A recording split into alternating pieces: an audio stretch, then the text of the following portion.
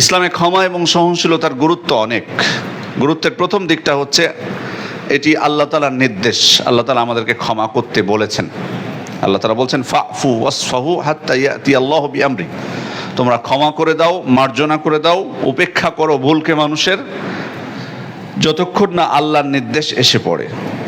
আল্লাহ তাআলা অন্য আয়াতে বলছেন খুযিল আফওয়া ওয়া'মুর বিল উরফি ওয়া আ'রিদ আনিল জাহিলিন, আপনি ক্ষমাশীলতার নীতি গ্রহণ করুন এবং সৎ কাজের আদেশ দিন এবং জাহিলদেরকে, মূর্খদেরকে আপনি এড়িয়ে চলুন।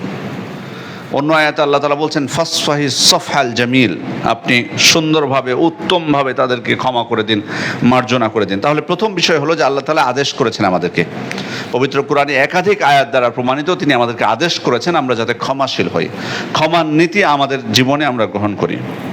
দ্বিতীয় বিষয় হচ্ছে গুরুত্বের, রাসূল সাল্লাল্লাহু আলাইহি ওয়াসাল্লামের নির্দেশ এটি।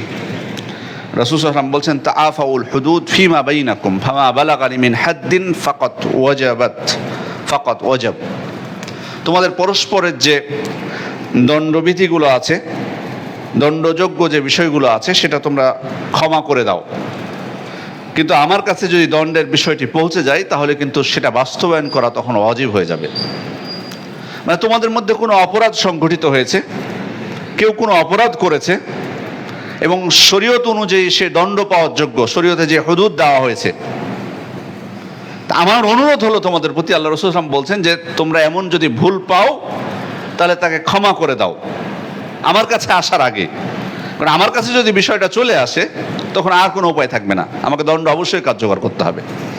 এই জন্য কোনো অপরাধ সংঘটিত হলে রাষ্ট্রের শাসকের কাছে, যখন ইসলামী রাষ্ট্রের শাসকের কাছে চলে যায় তখন ওনার আর কিচ্ছু করার থাকে না, ওনার কাছে পৌঁছার আগেই পরস্পর ক্ষমার নীতি গ্রহণ করলে তখন ক্ষমা করে দেওয়ার সুযোগ থাকে।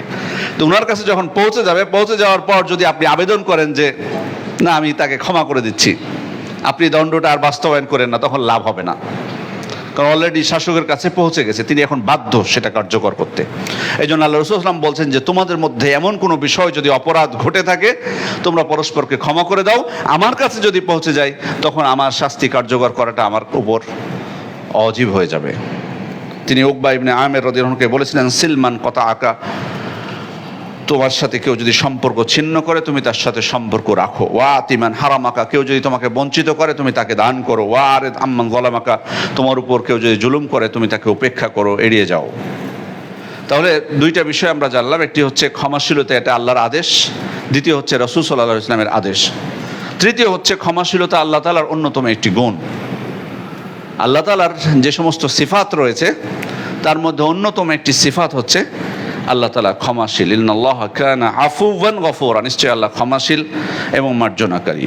ওয়া হুয়াল্লাযী ইয়াকবালু তাওবাতা আন ইবাদিহি, তিনি তার বান্দার তওবা কবুল করেন। ওয়া ইয়াফু আনিস সাইয়্যাত, তিনি তার বান্দার পাপগুলো মোচন করে দেন।